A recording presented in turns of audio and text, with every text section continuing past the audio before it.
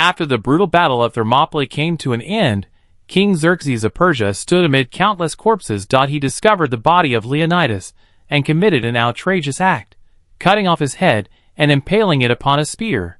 This should have been Persia's moment of absolute conquest.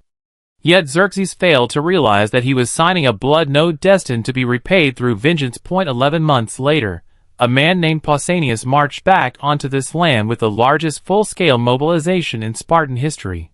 Tonight, by the gentle glow of flickering firelight and a quiet tale meant to soothe the soul, let us delve deep into the truth of his life. This is not merely a story of revenge, but a chronicle of how civilization clung to its last spark through the resolve of an once humble shadow in the darkest hour. Pausanias, the regent who never bore the official title of king, would bring the Persian Empire to its final end within the muddy fields of Plataea. In the summer of 479 BC, beneath the scorching heat of the Greek peninsula, Pausanias endured pressures beyond modern comprehension. As the uncle of Leonidas' underage heir, he was bound to defend the blood-stained throne and hold together the fractured Greek alliance. At that time, Athens had been reduced to ashes. Upon the charred ruins along the coast, gazing at the smoking temples in the distance, people were consumed by rage and doubt. Pausanias was not the typical impassioned general. He was cold, suspicious, and even deemed indecisive by his allies. He marched north with 5,000 Spartan citizen soldiers, the greatest military mobilization in Spartan history, with nearly every household sending their sons to war. Raised under the brutal Agode training system, these warriors believed that death was not the greatest fear. Shame brought by failure to avenge was far worse. Pausanias pitched his camp upon the highlands of Plataea. Across the river stood the Persian general Mardonius and his endless army of 100,000 men. Bactrian cavalry, Indian war elephants, and the elite Persian immortals filled their ranks. For 11 long days, Pausanias waited in stillness, enduring endless enemy provocations and watching his men suffer under crippling thirst. He bided his time, awaiting the moment that would let Leonidas rest in peace and strike fear into the heart of Xerxes. On the 10th day of confrontation, thirst became a deadlier foe than Persian arrow storms. Persian cavalry destroyed Gargaphia Spring, the Greek army's only source of fresh water. Staring at his soldiers' cracked and parched lips, Pausanias knew he could wait no longer. He ordered an extremely risky tactical retreat under the cover of night. On ancient battlefields, a nighttime withdrawal usually signaled total collapse. Yet Spartan discipline revealed its terrifying power in this moment. Nevertheless, disaster struck. A stubborn Spartan commander named Amompharetus refused to acknowledge retreat as honorable and hurled a massive boulder at Pausanias' feet. He roared, "This is my vote! I will never step back before the Persians."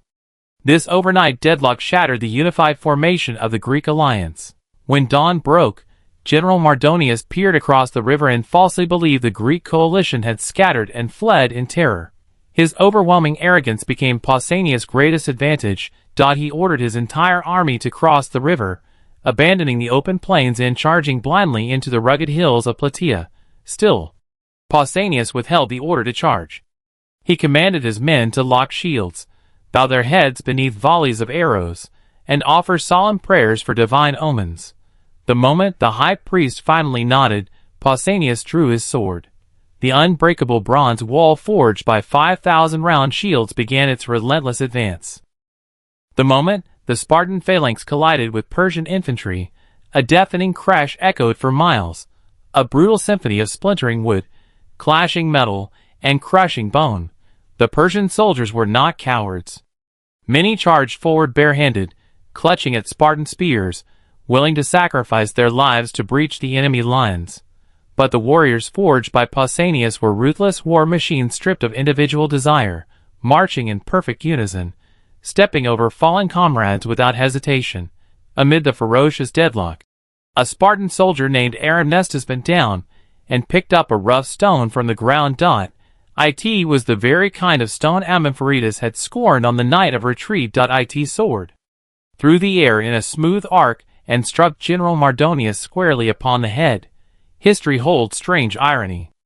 An imperial dream spanning 3 continents was shattered in an instant by a simple stone plucked from the roadside. Mardonius fell dead from his horse, and Persian morale crumbled into dust swept away by the wind. Retreat devolved into a one-sided slaughter, granting no mercy or reprieve. Pausanias led his bloodied soldiers in a brutal assault upon the final Persian wooden fortress. What followed was no longer battle, but hours of long-awaited, merciless retribution against the invaders. The setting sun dyed the muddy fields of Plataea deep red. Pausanias stepped into the extravagantly decorated war tent of Mardonius. Golden tableware, embroidered tapestries, and exquisite royal delicacies filled every corner, symbols of Persian opulence and imperial vanity. Pausanias gazed coldly upon such luxury. He ordered his servants to prepare a simple bowl of traditional Spartan black broth and place it amid piles of treasure. Turning to his officers, he declared with bitter scorn, "Behold, the Persians journeyed across vast lands merely to covet our humble poverty." This harsh Spartan wit concealed Pausanias' sharp understanding of power. He knew this decisive victory had forever altered the fate of Greece. Spoils of war were so abundant that every surviving soldier became unimaginably wealthy, yet wealth acted as slow poison, quietly corrupting the undefeatable warriors of Sparta. After the battle, Pausanias dedicated a golden tripod to the Temple of Delphi, engraving the names of every Greek city-state that had joined the alliance upon its base. It marked the peak of his political prestige, yet also the dark turning point of his destiny, for he began to believe that he alone deserved to rule over all Greece. When we trace the long timeline of history, we discover that the glorious victory at Plataea became Pausanias' heaviest chain. Upon returning home in triumph, he began imitating the decadent lifestyle of the Persian king, dressing in royal purple robes, and rumors spread of secret treasonous pacts with Xerxes. Sparta's elders watched their once noble regent with growing wariness, until reverence turned to suspicion, and suspicion hardened into judgment.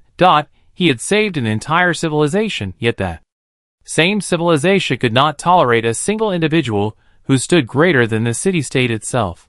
When he fled into a sacred temple seeking divine sanctuary, his own mother, the sternest of Spartan women, carried the first stone to seal the holy entrance. Trapped alive within the temple walls, he perished slowly from thirst and despair, enduring the same hopeless agony he had once inflicted upon his Persian foes. History endlessly repeats its cruel cycles. Pausanias won his revenge upon the battlefield, only to be defeated in peacetime by his own ambition and the unyielding laws of Sparta. And no matter how history judges his later failures and flaws, no one can erase his eternal achievement at Plataea, the unbreakable final defense line that protected Western civilization.